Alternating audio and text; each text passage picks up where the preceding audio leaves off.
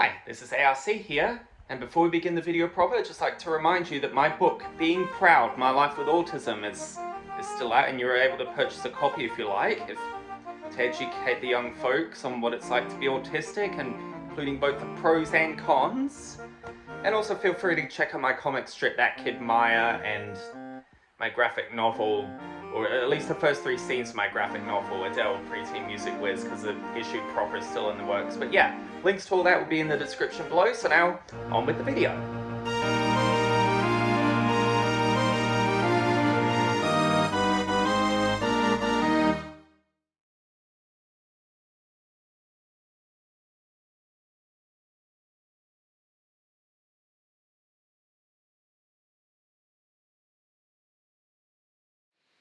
Oh hi, this is ARC the Cartoon Master, and just like to clarify a couple of things before we get into the reaction video. Number one, I said my sister was evicted from the other house. That I got that wrong. It's just the rental agreement was expired, and you know, something that was set up from the start. Anyway, and second of all, you know, Bart Simpson's owned by Disney, and so don't sue, well, all that stuff. And well, speaking of Disney, that brings us into what I'm reacting to today, which is the Nostalgia Critic review of Return to Neverland, the sequel to Disney's Peter Pan.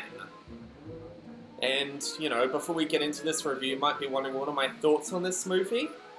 Well, for the first Peter Pan, I thought it was, yeah, that's another one that I grew up with as a kid, and I thought it was a pretty good movie when I was a kid, and I thought the adventure with, you know, going to this place with all this fun stuff to do was pretty imaginative, and, you know, the Captain Hook stuff is hilarious, how he's with him and the Croc and Smee, and him trying to get Peter Pan, which, I can't believe Peter did that to Hook in the first place, cutting off his hand and feeding it to the Croc. It's a bit of a dong move, and oh boy, the stuff with the Native Americans, yeah, like, I didn't really think much of it as a kid, and even the song, I had no idea what the song was even about, because I was just a dumb little kid with a short attention span.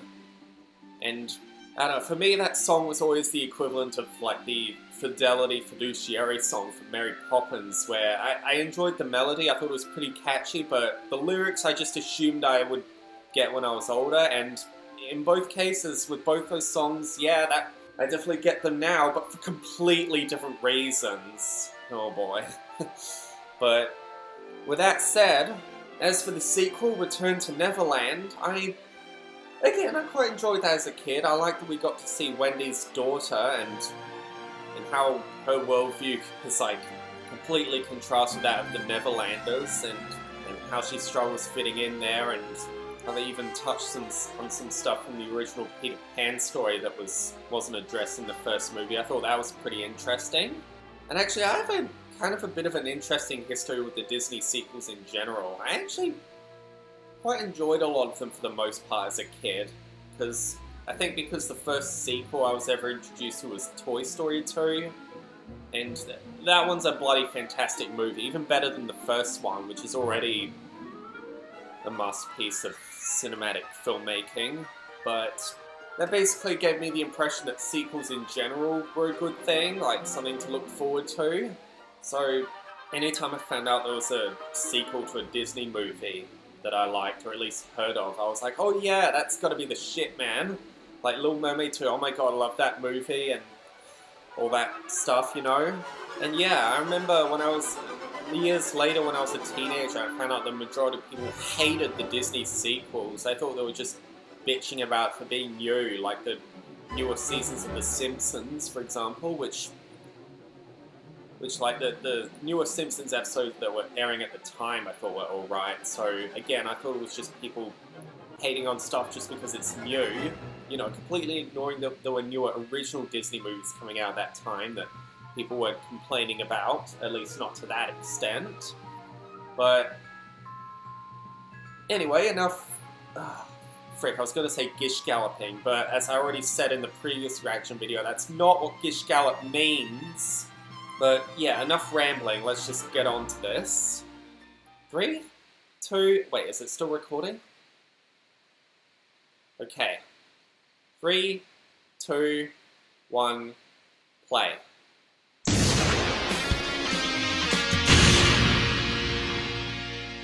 And oh yeah, I forgot this is a shorter video, so this should make for a shorter reaction video. Yay! But probably already knew that if you click the thumbnail. Or if it is a typical longer reaction video of mine, you're probably cringing at the sheer irony of that statement.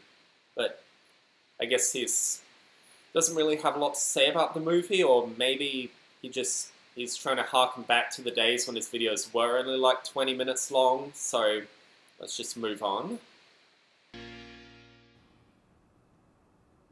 Hello, I'm the Nostalgia Critic guy, remember? So you don't have to. We've seen Disney rely on lazily developed cash cows for a while. While they can innovate with groundbreaking entertainment, they can also coast with easy, fast cookie-cutter media. In the past, it's been awkward teen movies. More recently, it's been the live-action remakes. And of course, we all remember the direct-to-video sequels. Yeah, the ones that I actually liked as a kid. Although, with that said, he's showing a clip of Belle's Magical World here, which I found pretty underwhelming as a kid. Like, I didn't think it was bad per se, I just assumed it was me not getting into it. Because I was just a dumb little kid at the time. Yeah, I know there's probably going to be people watching this that are like, you know, even as a kid I thought this movie sucked, but like, you know, I wasn't one of those kids. I just sort of, I wasn't really that kind of critical thinking kid. Even for a quote-unquote smart kid, I wasn't that kind of smart kid, but moving on. The films nobody asked for, yet everybody watched. Disney was great at taking Happily Ever After and asking, hey, what if that was only part 1? Most of these were pretty bad, yet made a ton of money. So much so that 2 films originally meant to be straight to video were given big screen releases. Jungle Book 2, Mowgli's Killing Spree. Oh my god, yes, I actually really enjoyed that one as a kid as well. It was actually the first movie my younger sister saw in the cinema, because it came out the year she turned 2, and I quite enjoyed it actually, and we even got it on VHS, and it's one of the last movies we ever got on VHS, as it came out the same year we switched to DVDs, but and I actually still have it in my physical media collection, in case you're wondering. Wow, I'm such a boomer, but anyway. Oh wait, that's the book, seriously, y'all need to read it! And Return to Neverland. It was ripped apart by critics, equally hated by audiences, and I think it's okay. Same. In 2002, almost 50 years after the original. Return to Neverland admittedly doesn't need to exist, but for a film that's entirely pointless, I found it kind of charming. I don't know, maybe I'm just comparing it to the other awful sequels that came out, but it's not afraid to be aggressively harsh at times. It continues the story while also bringing us sections of the book that were left out of the first version. And the animation is beautiful, particularly at a time when Disney was phasing out its hand-drawn films. Nah, I don't see it as great. There's certainly moments where it stumbles, and for a sequel made half a century later, it could have been more grand. But I thought it captured the spirit of the original book and play pretty well. I do wish it would go further, like what the Fox show did in the 90s, still waiting for a digital release Disney. But for no doubt the limitations Disney must have given to this, I think it turned out an okay flick. What makes me give... Yeah, seems pretty hopeful so far, but yeah. We're only partway through the video, so let's hear what he has to say. Oh, that face is paused on though. Give the sequel a pass and others, the boo box. Well, let's fly on in. This is Return to Neverland. The intro already starts off pretty cool with some beautiful clouds above London showing us silhouettes of the previous film. And this already feels more visually creative than other nostalgic callbacks like... When you take on the responsibility, great power will come. I also like the... Yeah, I thought he was going to reference Wish here, because... Yeah, even as someone who enjoyed Wish, like, I get it. It was... I feel like it would have been better as a standalone story instead of being like this... You know, this massive callback celebrating 100 years of Disney, and when I saw Doug's review, I got where he was coming from. I really did. Like, it should not have been the 100th anniversary film. The reveal Peter is a little less creepy than the original that looks like a horror film from Neon Pictures. The story always ends the same. Peter Pan shouts, "Keep the mouse away from my IP!" Wendy grows up, played by Kath Soucie, and has a family of her own, along with a son named Danny and a daughter named Jane, played by Harriet Owen. The second star to the right. Oh, you just lost a second star right there with that pop song. Yeah, that's sadly one of the most jarring things about this sequel. The songs aren't timeless like the original, but rather the most 2002 thing you can get. Yeah, I remember when he brought this up in the Disney December review. I remember being confused by it because, yeah, my sister and I didn't really grow up with this kind of 2000s music. She was more into like the, your Avril Lavigne's and your Gwen Stefani's and like the stuff that made it onto the So Fresh albums at that time. And of course, Doug Walker, having grown up in the 80s and 90s, naturally his experience with the 2000s is going to be different from mine and my sister's. The second star to the right.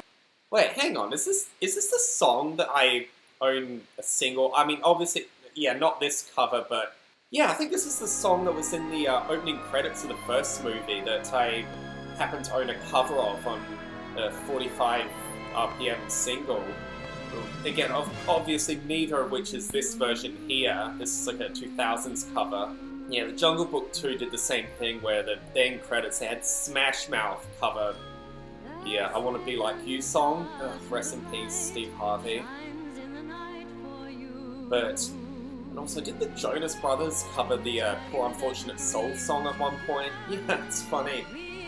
Of course, Demi Lovato did Let It Go, but yeah, I get where Doug is coming from when he says this particular version of this song is out of place in this movie, because you don't really get a feel for the time period the same way you did with the first movie. It's kind of like, imagine if you were making a film set in the Victorian era and you had like these like 70s funk songs splattered through. Which of course I mean the 1970s, not the 1870s.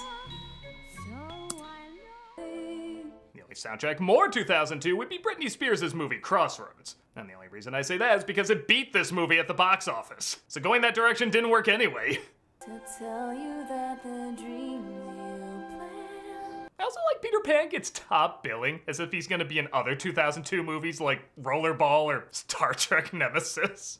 Our story begins in difficult times. Disney in 2023. Actually, this takes place during World War II. Yeah, that always confused me as a kid as well. Like, when this movie came out, the posters said, Peter Pan in Disney's Return to Neverland, and I remember thinking, like, why isn't his name actually in the title if you're gonna put his name on the poster just above the title anyway? Like, the frick, man? Peter Pan in Star Trek Nemesis, I would totally pay to see that. Our story begins in difficult times. Disney in 2023. Actually, this takes place during World War II. Huh, should have gone with Windtalkers on that last joke. Oh, yeah. Yeah, the less Doug Walker talks about World War II, the better, because he royally screwed up that one time. You all know what I'm talking about. The less we speak of that, the better.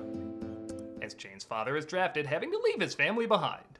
I want to go with you. I need you here to take care of your mum and Danny. Can you do that for me? When there's a smile in your cherry. God, I can only imagine what it must have been like in that time. Like, my granddad was a kid when this stuff was going on. Like, he would have been, like, even younger than Jane was at this time. So, I can only imagine how traumatizing it must have been for him to have to be. Like, would he have been sent away during the war? Like the kids from Narnia and Bedknobs and that? It's freaking horrible, like. Yeah, not even 5 minutes in and we're already in the Disney version of The Pianist. I give credit for going this dark this early. However, the same care doesn't always transfer to the characters' names. What is it, Nana 2? Nana 2? That's some Belle's Magical World writing there. What was Jane's original name? Wendy Jr.? Yeah, they just wanted an excuse to bring Nana back, but do it more, like, realistically. Like, there's no way a dog can live that long, so frick it, let's just replace her with a dog the same breed and give her the same name. Yeah, similar thing happened in the Punky Brewster reboot, where, like in the original show, Punky had a pet golden retriever named Brandon, and in the reboot, she and her kids have a dog named Brandy. Totally nothing at all to do with Brandon, right? Totally not supposed to be Brandon. And I think she too is also a golden retriever, but I could be wrong. Yeah. And also, for the longest time, I thought Snowball 2 from The Simpsons was supposed to be... I thought you were meant to pronounce it Snowball the Second, because that's how you pronounce it for, like, human names that have the Roman numeral in them. Like, you just say, like, in this case, Nana 2. It just sounds like a sequel to a movie, you know? Yeah, while we're on the topic. To the bomb shelter. Sorry, I have to respect a Peter Pan movie that has the line, "Into the bomb shelter." I don't like planes and bombs. For a moment, it sounded like cannons on a pirate ship. Oh, great. Now I'm scared of pirates. You are terrible at this. Jane makes it home alone. Ugh. Yeah, now I'm starting to think there probably were parents, like, especially mothers who like that, trying to liven their kids' spirits during the war. A neat thought, I guess. But I'm wondering if the filmmakers actually did their research on that one, or if they just got lucky. I'm alive! Again, I have to start off a Peter Pan movie clarifying that. And she tries listening to the radio while Wendy tries to distract her son with stories of Peter Pan. Hook will never win as long as there's faith, trust, and pixie dust. Ah, so long, you cunt! Hey, what's this rated? The explosions go quiet, but Wendy is told her children have to be put on a train to send them away from the bombings. Yeah, have a gay old time, am I right? In reference to what Danny said. In London. Where? All the children are being evacuated to the country, but you'll be safe there, both of you. I even hear 1 in 5 houses have magic wardrobes that take you on adventures even more scarring than World War II London.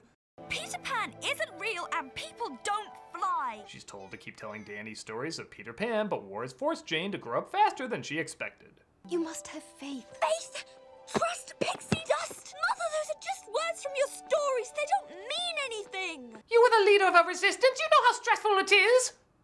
This is honestly a well-played emotional moment ruined by, you guessed it, the out-of-nowhere lame-ass pop song. I try. Yeah, it's trying to be like Phil Collins in Tarzan, but yeah, even Phil Collins in Tarzan did it better, honestly. Now, freaking Randy Newman in Toy Story did it better, and that's not even including the second movie, though, of course, they did it superbly in that one, even getting someone other than Randy to sing in the second one. It's like Sarah McLachlan, I think it was.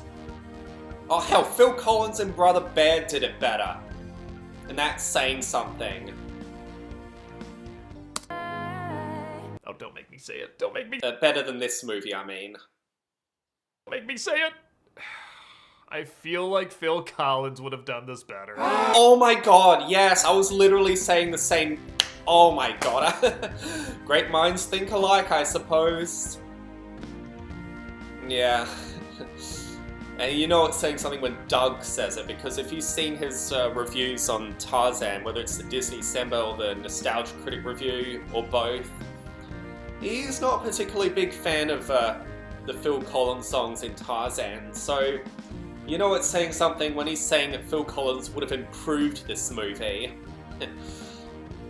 Yeah, just like his brief cameo in that other Peter Pan movie. But only because he would have elevated from dumb to stupid. And sure, the original has songs that aren't sung by the characters either, but sing me one song from this movie right now. Don't even think about it. You can't do it, but the other, Following the Lead, or When There's a Smile in Your Heart, but just better! Right. But Jane's ship comes in as Captain Hook and his pirates mistake her for Wendy and kidnap her.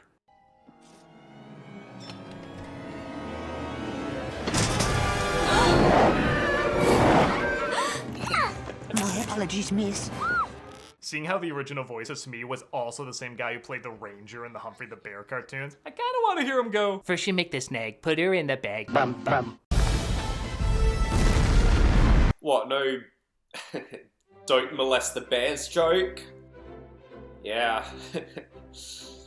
Yeah, too bad these aren't the pirates who don't molest orphans, because, ooh, they're coming for Peter. Let's move on. Do I even need to say why this scene is awesome? It could have just got from them throwing her on the ship and making their way to the star. But they go out of their way to give us some really cool animation where you really feel the weight and size of this ship flying over London. If the original flying over London scene was magical and enchanting, then this is destructive and beautifully chaotic. Yeah, even as a kid I thought this scene was awesome. And this is coming from someone who wasn't really into quote-unquote action as a kid. I guess it depends on the context, because I don't know, I guess I just wasn't into movies where people get shot up a lot, because it just seemed too depressing to me. It seemed like an actual war movie. Yeah, not like this war movie. Even though it's not really a war movie except for the first 10 minutes or so, but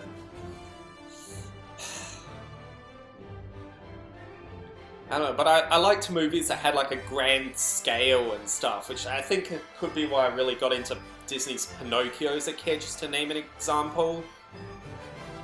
And like the freaking Toy Story movies always seem to have like this grand scale to them, seeing how they were about itty bitty tiny toys, you know, and trying to navigate the human world. Yeah, you get what I'm saying, right? Let's move on. It's a short moment, but it is so cool, I don't think it gets enough attention. And oh yeah, this kaleidoscope bit, I always loved this as a kid. I guess I was always a fan of trippy visuals as a kid. Oh, that pink elephant scene from Dumbo was always my favourite.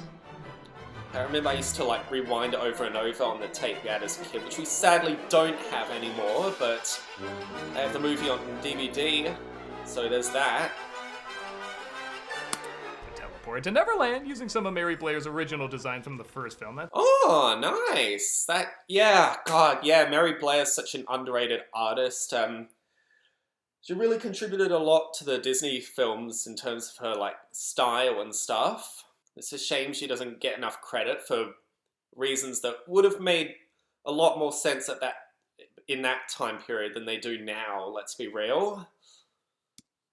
That's a nice touch. And Hook plans to use Jane as bait to lure Peter Pan. And to be fair, it does work. Yeah, as a kid I always thought it was lame that they got rid of the crocodile in place of this bloody Ringo Starr bull crap. Seems a bit shady. Like, come on, like, why do we need the octopus? He basically, as Doug pointed out in his Disney symbol on the film, he basically, or she, or whatever the frick it is, it basically fulfills the same purpose as TikTok the Croc. And you know, like, unlike Ursula and the Little Mermaid, there was, you know, at least Little Mermaid 2 had an excuse of introducing a new character that was basically Ursula, because Ursula freaking died in the first movie, but we never saw what happened to the crocodile, so why'd they need to get rid of him? Is it because, I don't know, I guess maybe there were news reports of crocodile attacks in the US at that time and they didn't want to be insensitive? I don't know.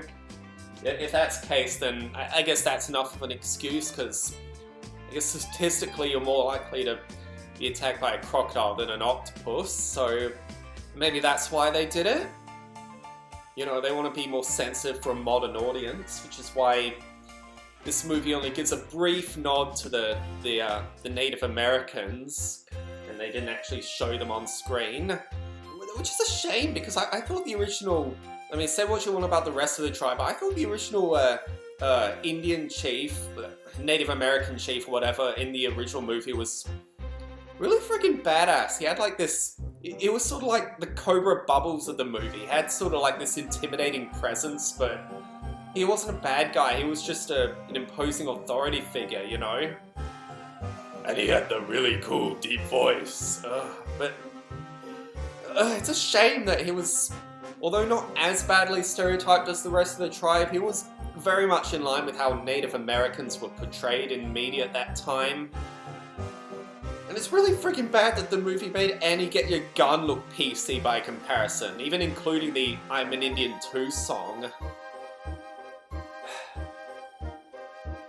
Like, even that bloody song is somehow less insensitive than... I don't know, I'm not Native American, so I can't speak authoritatively on the matter, but I feel like a dumb white girl trying to, you know, accepting her place as being adopted by Chief Sitting Bull, whatever his name was, like, seems less insensitive than some BS, you know, like, myth about how the natives got their red skin tone, you know?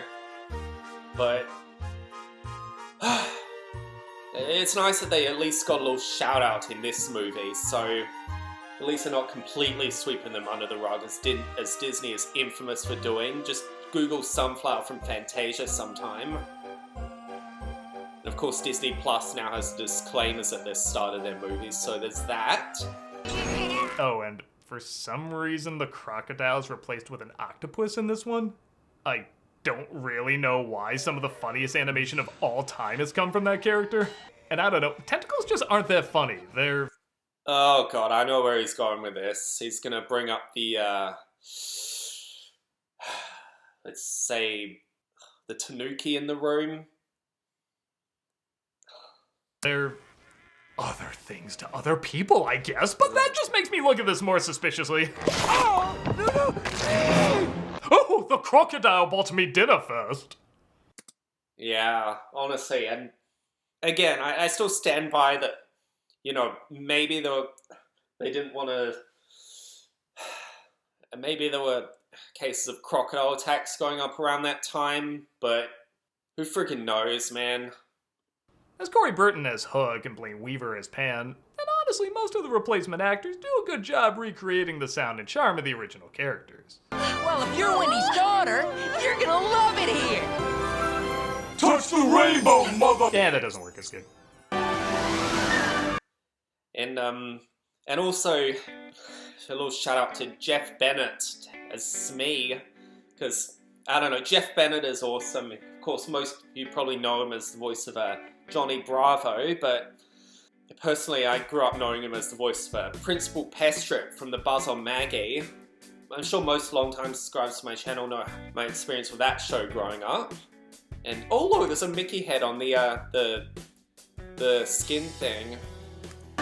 Fly past this portion as fast as you can. No time to see anyone. They're all just somewhere else, feeding their cats. Oh, god damn it. Shanghai, Hong Kong, it's too young! Also, while we're on the subject of the Siamese cat from the Aristocats, I never watched the Aristocats in full as a kid, but we had one of the Disney sing-along videos. Yeah, remember those? God, I'm old. But one of the songs on there was, of course, Everybody Wants to Be a Cat, and when this cat came up, I didn't even know he was supposed to be Asian, because I didn't even know what Asians were. In fact, I first learned about the concept of Asia from the CD-ROM games I played as it. Yeah, big shock. If you saw my last reaction video, where, first of all, on the My First Dictionary game, the entry for continent, basically, in addition to the definition, it also went through and listed all the different continents. North America, South America, Africa, Antarctica, Europe, Asia, Australia. For some reason, I thought my family lived in South America because, I don't know, just the shape of the continent, it had like this nice round outline. It seemed very friendly and inviting. It made sense to me as a dumb 3 or 4-year-old at the time, okay? Applying shape language to stuff where it doesn't even apply. But basically, because Asia was the largest continent, it gave me completely different connotations to what most people associate with Asia. Like, it's sort of like this big, powerful continent, no one messes with Asia, mofo, that sort of thing. It's sort of like I guess how most kids would view Jupiter, of the planets, for example, or... So when I saw this cat in that clip on that Disney sing-along video, I didn't even know he was supposed to be a racist stereotype. I just saw him with like the buck teeth and that, and I thought, oh, he's stupid. And him playing with the piano with those stick things, I was like, he's stupid, which... Me applying that stereotype to the teeth has its own set of problems, but we're not going to get into them here. because I didn't know about the whole, he's supposed to be Asian thing, like, and I didn't know what chopsticks were, I actually tried copying him by playing our piano that we had on the farm with pencils. And my mum got pissed off at me for that. I don't even think she knew I was copying this, because if she did, she probably would have seen how not racist I was at that age, because I didn't even know what races were in that sense. And even when I did learn that other cultures were a thing, I didn't really group it into like, oh, whites, Asians, blacks, the same way that most people grew up doing. And like, even I do it less than most people, even knowing it's a thing now. Okay, you've heard me ramble on about this long enough. If you have any further questions, feel free to pop a comment asking, and I'll get back to you on the matter. She did that on purpose. She's just jealous. All girls get like that around me. Anyone else feel like Peter grew up into Gaston? Yeah, I can see that. And I've said I'm working on a comic multiple times. There's this one character I'm considering making like a female version of this trope, where she's like popular with all the boys at school, and all the boys really love her, but but because she gets all that attention, she's really mean to the other girls at school, especially our protagonist Adele and her friends, because they're just a bunch of nerdy dorks. Yeah, it's sort of supposed to be like almost like a deconstruction of the girl next door / manic pixie dream girl trope, where yeah, you can imagine like when people apply this trope to young girls in real life, it probably goes to their head a bit too much. Yeah, and boys for that matter, if you raise them like that. I feel like I myself was sort of negatively affected by that as a kid, because everyone used to tell me how smart I was, and of course it went to my head, and now I'm a freaking dumbass in areas that actually matter in life. Yeah, you can just ask my older sister on the matter, and she can vouch for me on that. And my younger sister for that matter, but... He takes her to his hideout and introduces her to the Lost Boys. Slightly! Nibs! The twins! Our individual names are... Nana 3 and Nana 4. Yeah, B1 and B2. Anyone who grew up in Australia in the 90s will probably know what I'm talking about. And the UK for that matter, because apparently Bananas in Pyjamas was wicked popular in the UK, to a point where some Americans even think it was a British show. Mahorans and Comorans. Mahorans and Comorans, they're coming down the stairs. You British people know what I'm talking about. Gubby. And that's Toodles! I like they got actual kids to voice the Lost Boys, as the originals did sound like Patrick the Starfish half the time. Terrible what? Wendy Bird! Wendy Bird? Froggy, where are you? It's like Big the Cat, or like Lord Voldemort when he does the God, why did he say it like that? That still misses me to this day, and when he does that laugh, he sounds like Peter Griffin, like Ugh. God, I just want to smack Ray Fiennes or David Yates, the director, if it was his idea. I also like they play around with Neverland wiping your memory a little bit more in this one, as Jane is not even there for a few minutes and she already has trouble remembering her brother. Oh, shoot. Damn, that's... Oh god, that's sort of giving me Spirited Away / Amazing Digital Circus vibes already. And I guess Stephen King's It was kind of the inverse of that, where as the kids started to grow up and become adults, them living in the real world sort of had that effect on them, forgetting about the incident with Pennywise. I mean, it was the same effect, but for the inverse reason is what I'm getting at. Spending time in the real world and all that. And like, of course they explored this in the first movie as well, where freaking Michael, the little boy, like Wendy's younger brother, was, after only a few days, he was already forgetting about his family back on Earth. And of course when Wendy brings up the mother, like, he thinks she's referring to Nana, the dog. Aren't you our mother, Wendy? Why, Michael, of course not. Surely you hadn't forgotten our real mother. Did she have silky ears and wear a fur coat? Oh, no, Michael. That was Nana. Of course he has an excuse because he's like 5, like, Like, even when I was 5, my memory was probably equivalent to that of a normal 8-year-old, so I can't really blame him. Reminds me of someone I know. The animal skin, the human face, the random attacking of a girl. She tries to leave with Tinkerbell unsurprisingly cheering her exit. I have to get back to my family. Why? Because if a certain Reich saw a certain flying ship, they'll probably be stopping here too. The heart of the movie really is around Jane having both the same yet opposite problem of her mother. They're both forced to grow up too quickly, but unlike Wendy, who valued her youth but learned the importance of maturing, Jane sees the importance of maturing but has trouble valuing her youth. Yeah, it's just like...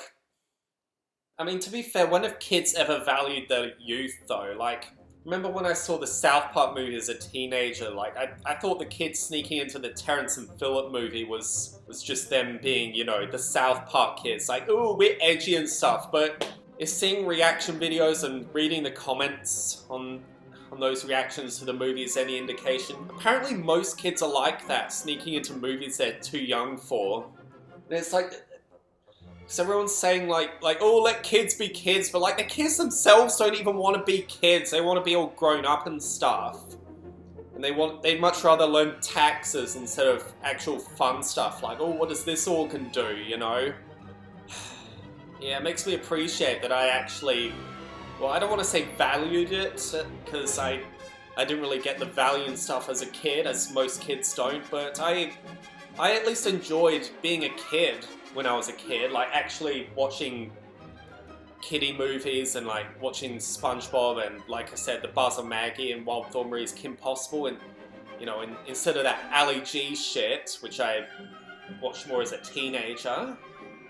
Like, just to give you a reference, the movie I put on whenever my sister was having a go at me for watching baby movies, I wanted to feel more grown up by watching it, was the first Harry Potter movie. Yeah, not even Prisoner of Azkaban or one of the later ones that actually are more grown up. Like, the freaking first one that's more innocent and childlike. But yeah, the giant three-headed dog, man with a face on the back of his head.